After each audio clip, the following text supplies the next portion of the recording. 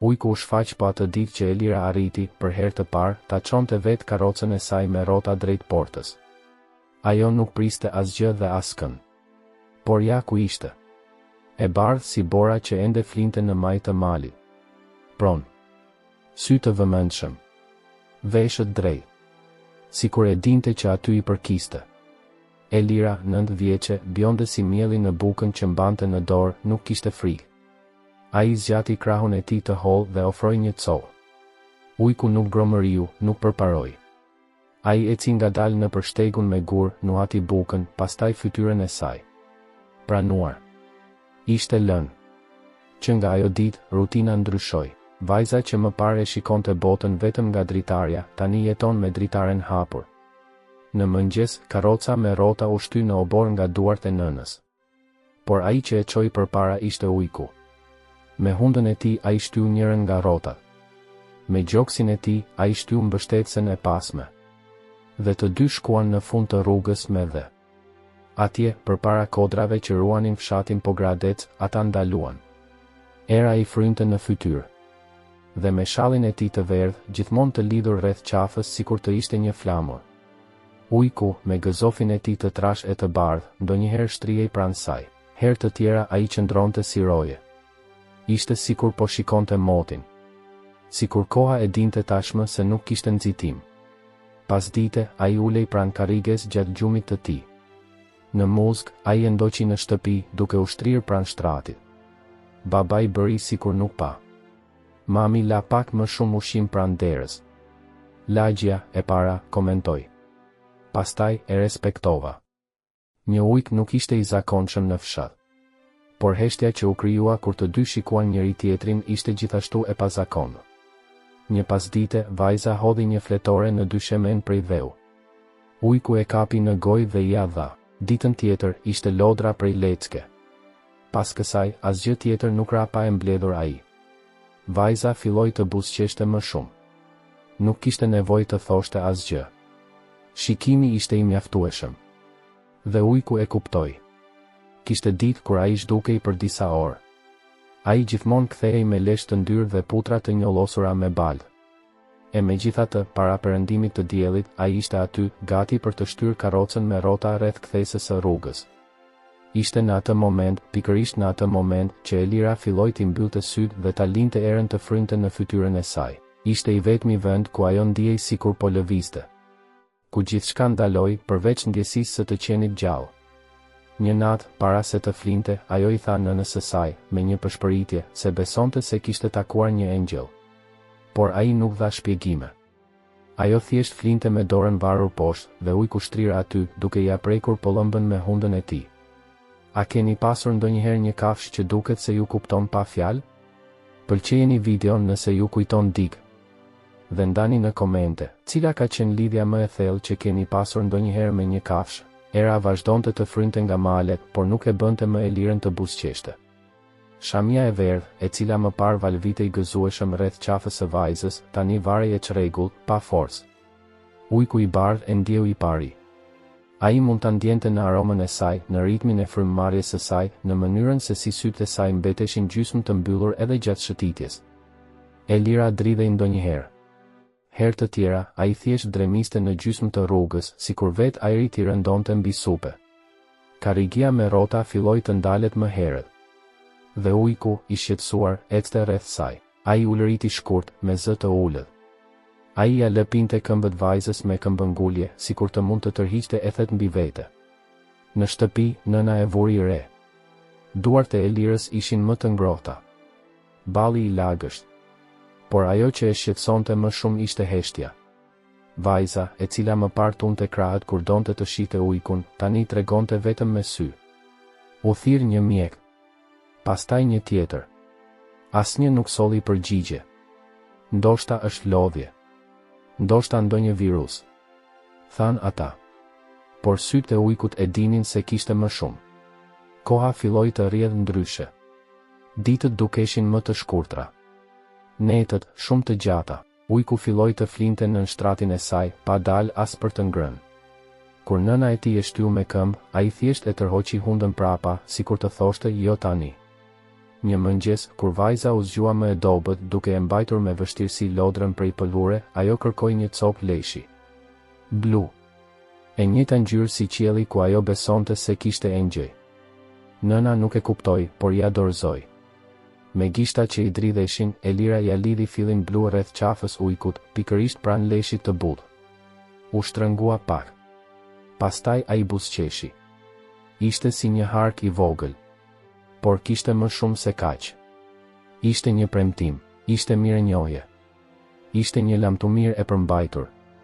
Ujku nuk lëvizi gjatë ritualit.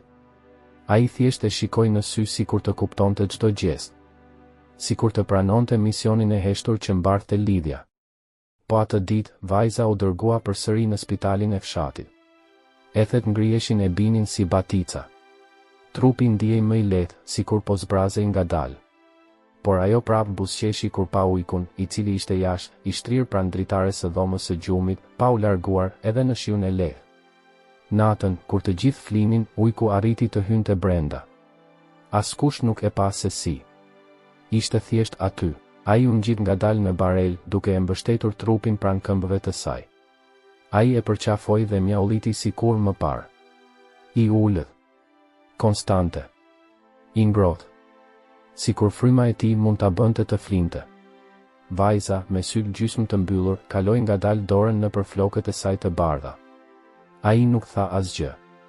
Sapo e ndjeva. Ndjeu pranin.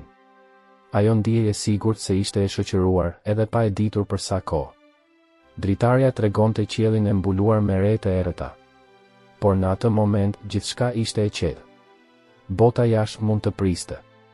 Nëse do ta dije se dikujt që e doje po i mbaronte koha, çfarë do të bëje ndryshe? I shkurtër tani nëse e ndjeve atë ngushtësi. Dhe më tregoni në komente, kush do të ishte ujku juaj i bardhë? Frymëmarrja e Elirës u bë aq e lehtë sa ndihej si erë. Dhe pastaj as era nuk lëvizi më. Askush nuk e pa momentin e saktë. Ishte gjatë orëve të para të mëngjesit. Dritat e spitalit ishin fikur dhe ujku i bardhë, jashtë, i ulur në dritare, mbeti i palvishëm për orë të tëra.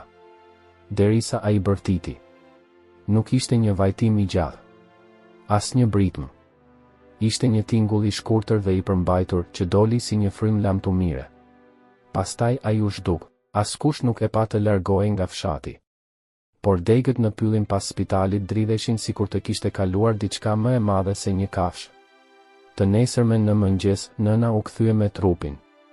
Karrigia me rrota mbërriti e para, e palosur, e heshtur.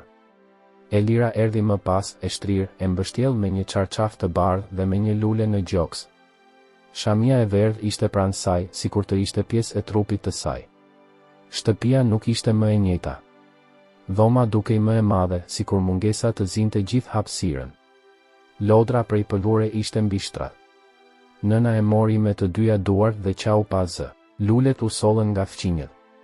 Zgjimi do të ishte në dhomën e ndenjes.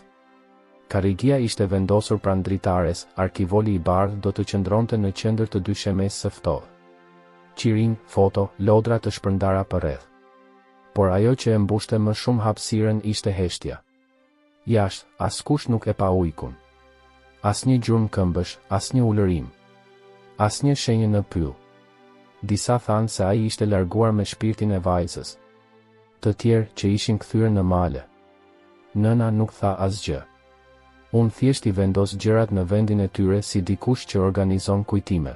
Natën, kur shtëpia ishte pothuajse bosh dhe qielli i fshite yjet, ai u shfaq. Ujku i bardhë. Apo çfarë kishte mbetur prej saj? Ai ishte i mbuluar me balë deri në shpinë.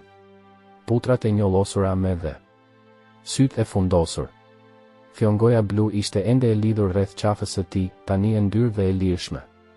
Nuk hyri nga dera. Ai hyri nga pjesa e prapme, ku Elira gjithmonë priste të kthehej nga shkolla. Sikur po i përjeton përsëri të njëjtat hapa. Ai hyri brenda dhe shkoi drejt e te karroca me rrota. Kishte erë. Ai u shtri aty, poshtë, duke e përkulur trupin sikur t'i përshtatej. Ai i mbylli sytë, ishte lënë. Askush nuk e thirri. Askush nuk u afrua. Nëna pa. Por ai nuk lëvizi. Ujku fjeti atje. Agimi kaloi. Dhe kur drita e zbehtë e agimit pushtoi shtëpinë, ai nuk ishte më nën karrige. Tani, ai po qëndronte pranë arkivolit. Ulur. Pron. Njerëzit filluan të vinin. Disa mbuluan gojen kur e pan. Të tjerë lan lule. Por asnjë fjalë nuk u tha. Ai nuk u largua. Sa po shikova. Me sy të palvishëm të fiksuar në drurin e bardhë. Sikur donte të shite përmes saj. Sikur të shite atë që askush tjetër nuk mund ta shite. A të foli edhe ty kjo heshtje? Ndani këtë histori me dikë që ju kupton, sikur të kesh ndjerë diçka të vërtet këtu dhe më thuaj, ku mendon se shkoj ujku gjatë natës? Arkivoli i bardhë qëndronte në qendër të dhomës sikur të ishte bërë nga bora. Mbi të ndodhej shamia e verdhë e lirës, e palosur me kujdes si një përqafim i fundit i lënë pas. Ujku kishte qenë aty që nga agimi. Askush nuk guxoi ta hiqte. I ulur afër, ai shikonte gjithçka me sy që dukeshin sikur nuk i pulisnin. Fjongoja blu rreth qafës së saj nuk ishte më aq blu. Ishte zbehur, e konsumuar, si forca që i kishte mbetur. Njerëzit po vinin. Disa lan lule. Të tjerët thjesht ulën kokën. Fëmijët u afruan dhe pastaj u kthyen shpejt, sikur diçka e padukshme rrethoi arkivolin. Dhe pastaj ujku lëvizi, ai u ngrit ngadalë. Putrat rëshitën në për dysheme sikur të mos donin të bënin zhurmë. Ai u afrua më shumë. Kishte erë. Ai e mbështeti hundën në drurin e bardhë me të njëjtën delikatesë me të cilën Elira preku lodrën e saj prej pëlhure. E bëri një herë. Pastaj një tjetër. Dhe pastaj ai filloi të shtynte. Jo me forcë. Me këmbëngulje. Me kujdes. Sikur të dish se ajo që është brenda nuk mund të zgjohet, por as nuk mund të lihet pas dore. Ai shtyu me hunë. Pastaj me anën e trupit. Ai e tërhoqi arkivolin disa centimetra zvarritje. Të rriturit përreth ishin të alarmuar. Njëri prej tyre bëri një hap përpara, gati për ta larguar kafshën. Por u ndal. Sytë e tij u mbushën përpara se të vinin fjalët. Ujku vazhdoi. Milimetër për milimetër. Sikur po kryente një ritual të heshtur. Disa njerëz po qanin. Të tjerët thjesht shikonin me gojën gjysmë të hapur. Kur arkivoli arriti te dera, ujku ndaloi. Ai rinte shtrira aty përballë daljes, sikur të mos donte që ajo të merrej patë. Shiriti blu rreth qafës së saj ishte i dukshëm, sikur të ishte e vetmja ngjyrë që kishte mbetur ende në atë dhomë plot me tone të zbehta. Askush nuk tha asgjë. Nuk kishte asgjë për të thënë. Zhurma ishte e ndryshme, tingulli i frymëmarrjes së ujkut, i ngadalt, i thellë, pothuajse njerëzor. Dhe të qarat e disa fëmijëve, të cilët mbanin lodrat e tyre sikur nuk dinin më të luanin. Dielli preku murin, por i ftohti brenda shtëpisë dukej më real. Koha nuk lëvizte. Vetëm ujku. Vetëm ai ishte zhvendosur atë ditë. Vetëm ai guxoi të luante lamtumirën. Nëse kjo sken të shkaktoj të dridhura siç më shkaktoi mua kur e shkruaja, lër një pëlqim tani. Dhe ai komenton, a beson se një kafshë mund ta kuptoj vdekjen apo ndihesh sikur je pjesë e saj? Fshati u zgjua i bardhë. Nuk ishte një stuj dëbore, ishte sikur qielli kishte vendosur ta zbutte lamtumirën, duke mbuluar çatit, pemët dhe rrugët me një batanie të lehtë. Një heshtje si pambuk mbuloi gjithçka. Procesioni u nis herët ngadalë në një rresht të ngushtë, si dikush që ecën në ëndër. Arkivoli i bardhë shkoi përpara në duart e 4 fqinjëve. Sipër tij, shalli i verdhë që ende vallëzonte në erë. Menjëherë pas, ecte ujku i bardhë. Ngadalë. Pa e hequr shikimin. Ai kishte të njëjtën shami midis dhëmbëve, një cep i pëlhurës tani i lidhur si ny me fillin blu rreth qafës. Nuk kishte britma, as muzikë. Vetëm hapat në dëbor. Fëmijët mbanin lule në duar. Të rriturit i mbanin syt ulur. Dhe askush nuk guxoi ta largonte ujkun. Në varreza, vari tashmë po priste. Era atje frynte më e ftohtë, më e drejt për drejt, sikur edhe malet të kishin ardhur për të parë. Kur arkivoli u vendos në tokë, ujku u afrua. Ai u afrua aq shumë sa fryma e tij u përzie me avullin e drurit të bardhë.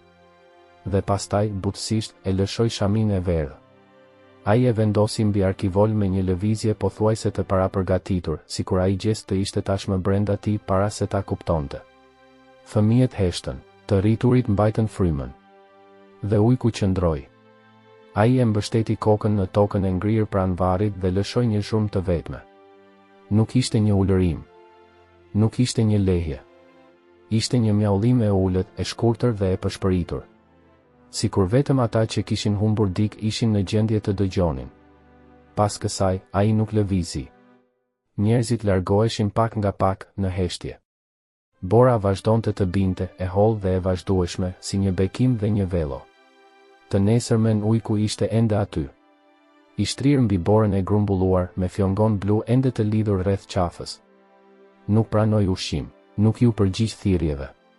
Ai nuk u ngrit kur u përpoqën ta nxirrnin që andej. Kaluan 3 ditë. Pastaj 7. Në të 10-ën, ata ndaluan së numëruari. Ata thonë se ai del vetëm kur shkrim bora. Por askush nuk e ka parë ndonjëherë të ndodhë kjo. A arritët deri këtu? Pra, kjo histori të preku shpirtin. Pëlqeni, abonohuni dhe lini një në komente nëse besoni se dashuria e vërtet nuk mbaron as me vdekjen.